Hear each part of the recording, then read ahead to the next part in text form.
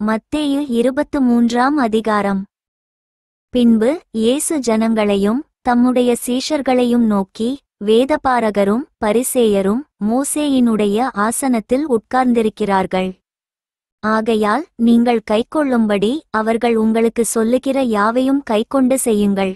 அவர்கள் செய்கையின்படியோ செய்யாதிருங்கள், ஏனெனில் அவர்கள் சொல்லுகிறார்கள், சொல்லியும் செய்யாதிருக்கிறார்கள். சுமப்பதற்கரிய பாரமான சுமைகளைக் கட்டி மனுஷர் தோள்களின் மேல் சுமத்துகிறார்கள், தாங்களோ ஒரு விரலினாலும் அவைகளை தொடமாட்டார்கள். தங்கள் கிரியைகளெல்லாம் மனுஷர் காணவேண்டுமென்று செய்கிறார்கள். தங்கள் காப்பு நாடாக்களை அகலமாக்கி தங்கள் வஸ்திரத்தின் தொங்கல்களை பெரிதாக்கி விருந்துகளில் முதன்மையான இடங்களையும் ஜெப ஆலயங்களில் முதன்மையான ஆசனங்களையும் சந்தைவெளிகளில் வந்தனங்களையும் மனுஷரால் ரபி ரபி என்று அழைக்கப்படுவதையும் விரும்புகிறார்கள். நீங்களோ ரபி என்றழைக்கப்படாதிருங்கள், கிறிஸ்து ஒருவரே உங்களுக்கு போதகராயிருக்கிறார், நீங்கள் எல்லாரும் சகோதரராயிருக்கிறீர்கள். பூமியிலே ஒருவனையும் உங்கள் பிதா என்று சொல்லாதிருங்கள், பரலோகத்திலிருக்கிற ஒருவரே உங்களுக்கு பிதாவாயிருக்கிறார். நீங்கள் குருக்கள் என்றும் அழைக்கப்படாதிருங்கள், கிறிஸ்து ஒருவரே உங்களுக்கு குருவாயிருக்கிறார். உங்களில் பெரியவனாயிருக்கிறவன் உங்களுக்கு ஊழியக்காரனாயிருக்கக்கடவன். தன்னை உயர்த்துகிறவன் தாழ்த்தப்படுவான், தன்னை தாழ்த்துகிறவன் உயர்த்தப்படுவான். மாயக்காரராகிய வேதபாரகரே பரிசேயரே, உங்களுக்கு ஐயோ, மனுஷர் பிரவேசியாதபடி பரலோகராஜ்யத்தை பூட்டி போடுகிறீர்கள். நீங்கள் அதில் பிரவேசிக்கிறதுமில்லை, பிரவேசிக்கப் போகிறவர்களை பிரவேசிக்க விடுகிறதுமில்லை. மாயக்காரராகிய வேதபாரகரே பரிசேயரே, உங்களுக்கு ஐயோ, பார்வைக்காக நீண்ட ஜெபம் பண்ணி விதவைகளின் வீடுகளை பட்சித்துப் போடுகிறீர்கள், இதினிமித்தம் அதிக ஆக்கினையை அடைவீர்கள். மாயக்காரராகிய வேதபாரகரே பரிசேயரே, உங்களுக்கு ஐயோ, ஒருவனை உங்கள் மார்க்கத்தானாக்கும்படி சமுத்திரத்தையும் பூமியையும் சுற்றித் திரிகிறீர்கள். அவன் உங்கள் மார்க்கத்தானானபோது அவனை உங்களிலும் இரட்டிப்பாய் நரகத்தின் மகனாக்குகிறீர்கள். குருடரான வழிகாட்டிகளே, உங்களுக்கு ஐயோ, எவனாகிலும் தேவாலயத்தின் பேரில் சத்தியம் பண்ணினால் அதனால் ஒன்றுமில்லை என்றும், எவனாகிலும் தேவாலயத்தின் பொன்னின் பேரில் சத்தியம் பண்ணினால் அவன் கடனாளி என்றும் சொல்லுகிறீர்கள். மதிகேடரே குருடரே, எது முக்கியம், பொன்னோ, பொன்னை பரிசுத்தமாக்குகிற தேவாலயமோ? மேலும் எவனாகிலும் பலிபீடத்தின் பேரில் சத்தியம் பண்ணினால் அதனால் ஒன்றுமில்லை என்றும், எவனாகிலும் அதின்மேல் இருக்கிற காணிக்கையின் பேரில் சத்தியம் பண்ணினால் அவன் கடனாளி என்றும் சொல்லுகிறீர்கள். மதிகேடரே குருடரே, எது முக்கியம், காணிக்கையோ, காணிக்கையை பரிசுத்தமாக்குகிற பலிபீடமோ? ஆகையால் பலிபீடத்தின் பேரில் சத்தியம் பண்ணுகிறவன் அதின் பேரிலும் அதின்மேலுள்ள எல்லாவற்றின் பேரிலும் சத்தியம் பண்ணுகிறான். தேவாலயத்தின் பேரில் சத்தியம் பண்ணுகிறவன் அதின் பேரிலும் அதில் வாசமாயிருக்கிறவர் பேரிலும் சத்தியம் பண்ணுகிறான். வானத்தின் பேரில் சத்தியம் பண்ணுகிறவன் தேவனுடைய சிங்காசனத்தின் பேரிலும் அதில் வீற்றிருக்கிறவர் பேரிலும் சத்தியம் பண்ணுகிறான்.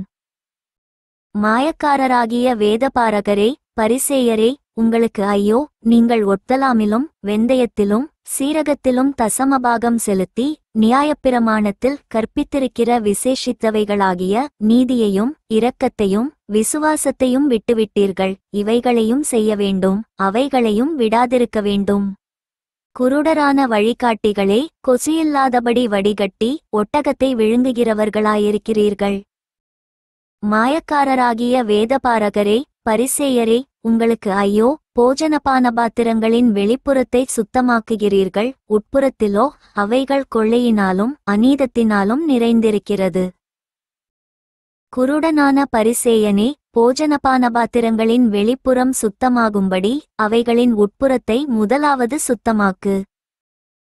மாயக்காரராகிய வேதபாரகரே பரிசேயரே, உங்களுக்கு ஐயோ, வெள்ளையடிக்கப்பட்ட கல்லறைகளுக்கு ஒப்பாயிருக்கிறீர்கள்.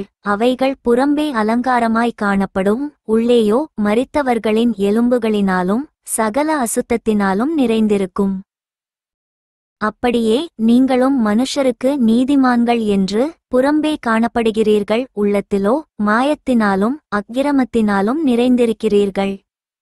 மாயக்காரராகிய வேதபாரகரே, பரிசேயரே, உங்களுக்கு ஐயோ! நீங்கள் தீர்க்கதரிசிகளின் கல்லறைகளைக் கட்டி நீதிமான்களின் சமாதிகளைச் சிங்காரித்து எங்கள் பிதாக்களின் நாட்களில் இருந்தோமானால் அவர்களோடே நாங்கள் தீர்க்கதரிசிகளின் இரத்தப்பழிக்கு உடன்பட்டிருக்க மாட்டோம் என்கிறீர்கள். ஆகையால் தீர்க்கதரிசிகளை கொலை செய்தவர்களுக்கு புத்திரராயிருக்கிறீர்கள் என்று உங்களைக் குறித்து நீங்களே சாட்சிகளாயிருக்கிறீர்கள். நீங்களும் உங்கள் பிதாக்களின் அக்கிரம அளவை நிரப்புங்கள். சர்ப்பங்களே, விரியன் பாம்பு குட்டிகளே, நரகாக்கினைக்கு எப்படி தப்பித்துக் கொள்வீர்கள்? ஆகையால் இதோ தீர்க்கதரிசிகளையும் ஞானிகளையும் வேதபாரகரையும் உங்களிடத்திலே அனுப்புகிறேன். அவர்களில் சிலரைக் கொன்று சிலுவைகளில் அறைவீர்கள், சிலரை உங்கள் ஆலயங்களின் வாரினால் அடித்து ஊருக்கு ஊர் துன்பப்படுத்துவீர்கள்.